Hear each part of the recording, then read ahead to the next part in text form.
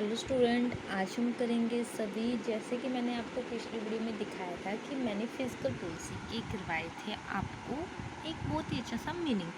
आज हम करेंगे इसके ऑब्जेक्टिव्स। सो आज चलते हैं हम सभी जो फिजिकल पॉलिसी के ऑब्जेक्टिव्स हैं। तो हम फर्स्ट ऑब्जेक्ट से स्टार्ट करते हैं जिसमें हम बोलते हैं इकोनॉमिक डेवलपमेंट। इकोनॉमिक डेवलपमेंट में हम बोल सकते हैं कि आर्थिक विकास होता है। क्या आर्थिक विकास वो देखते हैं कि इसमें होएगा क्या। जब हम फिजिकल पॉलिसी की इम्प्लीमेंट करते हैं ना, तो उससे हमारी इकोनॉमिक डेवलपमेंट के उद्देश्य से हम फिजिकल पॉलिसी कहीं बनाते हैं या इम्प्लीमेंट करते हैं। हमारा फिजिकल पॉलिसी बनाने के जो ऑब्जेक्टिव क्या है, एक हो गया जो सबसे पहला ऑब्जेक्टिव था वो है इकोनॉमिक डेवलपमेंट। कैसे होते इकोनॉमिक डेवलपमेंट, आज चलते हैं हम सभी। बोलते हैं इंक्रीज सेविंग एंड इन्वेस्टमेंट। की पॉइंट्स लिखवा रही हूँ, मीनिंग समझ के खुद ही लिख लेना आप।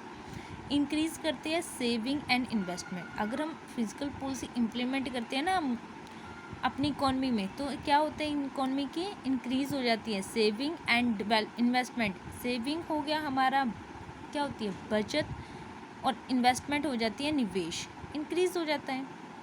नेक्स्ट पॉइंट पर हम चलते हैं। कितनी स्पीड होती है फास्ट इकोनॉमिक डेवलपमेंट की। इससे क्या हो जाता है हमारी जो इकोनॉमिक डेवलपमेंट है, मतलब आर्थिक विकास की जो गति है वो तेज हो जाती है अगर हमारी इकोनॉमी में क्या हो सबसे ज़्यादा सेविंग एंड इन्वेस्टमेंट। ओके, सो आ जाइए हम अब नेक्स्ट पॉइंट की तरफ बढ़ते हैं। इसमें बोल रहे हैं एम्प्लॉयमेंट जनरेशन। एम्प्लॉयमेंट एक जनरेट होता है, एक जनरेशन्स होता है। जो लिखा है जनरेशन्स, मतलब कि उत्पत्ति हो रही है किसकी, रोजगार की। फर्स्ट, अब कैसे रोजगार की उत्पत्ति होगी फिजिकल पॉलिसी में, हम देखते हैं कि गवर्नमेंट ने फिजिकल पॉलिसी में ऐसे कौन सी पॉलिसीज लगाई होगी जिससे कि हमारी इकोनॉमी में क्या हो रहा है, रोजगार की उत्पत्ति हो रही है। उत्पत्ति हो रही है, पहले बोल रही है गवर्नमेंट ऑब्जेक्टिव्स होते हैं। क्या करना, गवर्नमेंट का मेन ऑब्जेक्टिव होता है कहते हैं फुल करने का रोजगार, मतलब पूर्ण रोजगार देने का, फुल एम्प्लॉयमेंट देने का। सभी किसको देते हैं, सभी लोगों को ही देंगे ना, खुद के लिए तो वो रखते ही नहीं है, जो रखते हैं चलो वो तो आपको पता होगा, वेल आप सब जानते हो। आगे देखते हैं। अब बोल रहे हैं public expenditure to increase the aggregate shares. हम जो पब्लिक एक्सपेंडिचर है और एग्रीगेट शेयर्स हैं उन्हें क्या कर देते हैं, इंक्रीज कर देते हैं। पब्लिक एक्सपेंडिचर कौन से हो गए, सार्वजनिक व्यय, और एग्रीगेट शेयर्स हो गए कुल प्राप्तियाँ। आई थिंक वो हम क्या कर देते हैं, इंक्रीज कर देते हैं। ओके, उसके बाद हम डिस्क्रीज क्या करते हैं, इसमें हम डिस्क्रीज कर देते हैं या रिड्यूस कर देते हैं टैक्स रेट। टैक्स रेट को क्या करते हैं, रिड्यूस कर देते हैं। जब हमारी जो गवर्नमेंट है उसने जब एम्प्लॉयमेंट लाना होता है फिजिकल पॉलिसी के थ्रू इकॉनमी में, तब वो क्या करती है, सबसे पहले वो अपने पब्लिक एक्सपेंडिचर है उसको इंक्रीज़ कर देगी। फिर वो अपने जो कि हमारे एग्रीगेट शेयर्स हैं उनको भी इंक्रीज़ कर देती है, और वो रिड्यूस कर देती है मतलब टैक्सेस। मतलब 3 स्टेप कर रही है वो, रिड्यूस क्या कर देती है, टैक्सेस।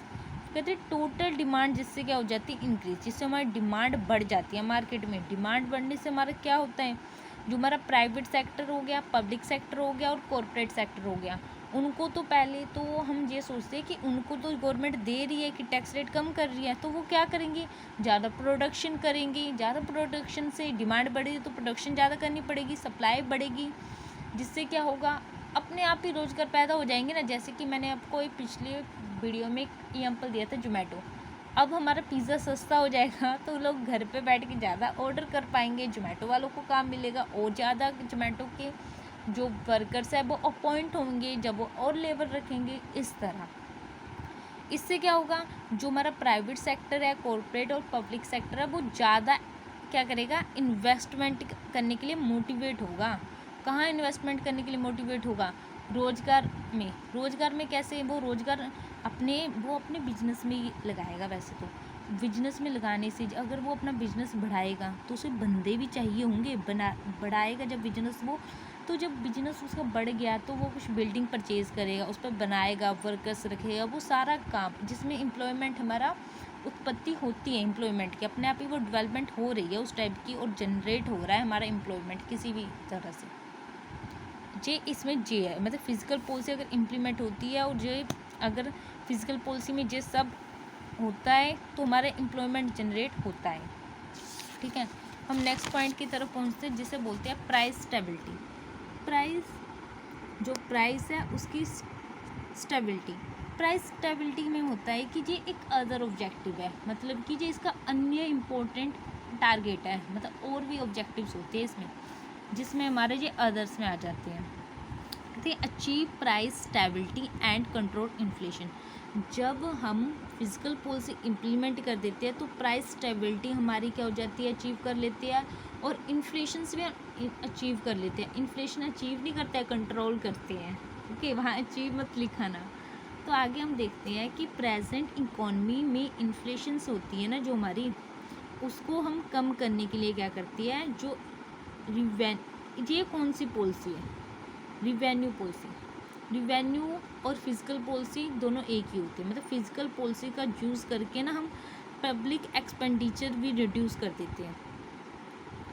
जब इन्फ्लेशन कम करेंगे ना प्रेजेंट इकोनॉमी में, तो हम क्या करेंगे ना, पब्लिक एक्सपेंडिचर है ना जो हमारे, इसको हम क्या कर देंगे, रिड्यूस कर देंगे पब्लिक एक्सपेंडिचर को। ओके, फिर जिससे हम क्या होगा, मार्केट में जहाँ इकोनॉमी लेवल पे परचेजिंग पावर लोगों की कम हो जाएगी, लोग सामान ही नहीं खरीदेंगे, परचेजिंग पावर कम हो गई, डिमांड भी कम हो जाएगी। डिमांड कम होने से फिर प्राइस अपने आप ही कम हो जाएगा। डिमांड ही नहीं होगी, लोग कहेंगे इतना महंगा नहीं हम बेचेंगे, इसका जो बिकता ही नहीं है।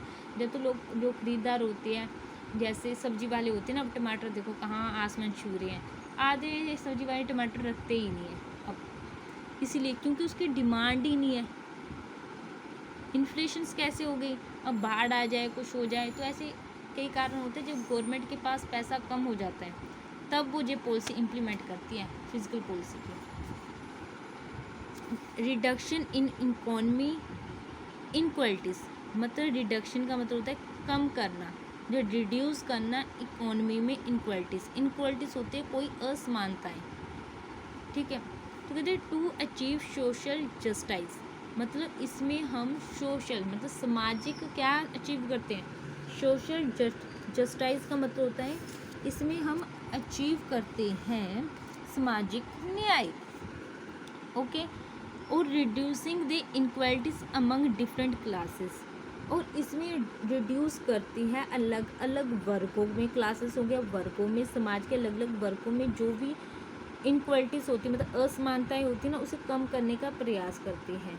और वो कैसे कम करने का प्रयास करेंगे, रिमूविंग ए इकोनॉमी इनक्वालिटीज़, जो तो मैंने लिखा हुआ है ना, रिमूविंग ए इनक्वालिटीज़, मैंने बोला कि सामाजिक असमानताओं को हम कम करने का प्रयास करते हैं, उसके बोलते हैं प्रोग्रेसिव डायरेक्ट टैक्सेस इम्प्लीमेंट करके। ये कौन से टैक्सेस होती है, इनका हिंदी में मतलब होता है प्रतिवान टैक्सेस होते हैं जी।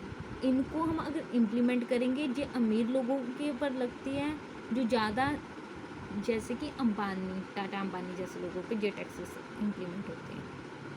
ठीक है, जो भी इनसे इनकम जनरेट होगी, टैक्सेस से गवर्नमेंट को क्या जनरेट होती है, इनकम जनरेट होगी, वो गवर्नमेंट उस इनकम को स्पेंड करेगी पुअर पीपल के लिविंग स्टैंडर्ड पर, मतलब गरीब लोगों के रहने के, उठने के, बैठने के, खाने के तरीक़ों पर उसे लगाएगी। ओके, फिजिकल पॉलिसी में एक हमारा जे हो गया, एक अब लास्ट में है बैलेंस्ड रीजनल डेवलपमेंट। इसमें क्या करती है गवर्नमेंट, ये इसका एक अदर ऑब्जेक्टिव है, वो भी मेन। इसमें वो ना जो हमारी अनबैलेंस्ड रीजनल होती है ना, उसको कम करती है। वो कैसे कम करती है, वो ना जो पिछले इलाके होते हैं, जो पिछड़े इलाके होते हैं, जैसे कि जो मतलब एक ये होता है ना, कई इलाके ऐसे होते हैं जगह के नाम जहाँ कभी कच्ची सड़कें ही रहती थी, कच्ची सड़कें आज भी, उन इलाकों में सड़क बनवा देगी, पुल बनवा देगी, उसको मेन रोड से कनेक्ट करेगी, इस तरह से वो ऐसे में अपना जो सार्वजनिक व्यय है वो लगाती है। So thank you, I hope कि तुम लोगों को ये सब समझ आ गया होगा जो मैंने आज आपको करवाया है, objectives of a physical policy. So next video के लिए तैयार रहना, मिलती है नेक्स्ट वीडियो में, बाय, टेक केयर।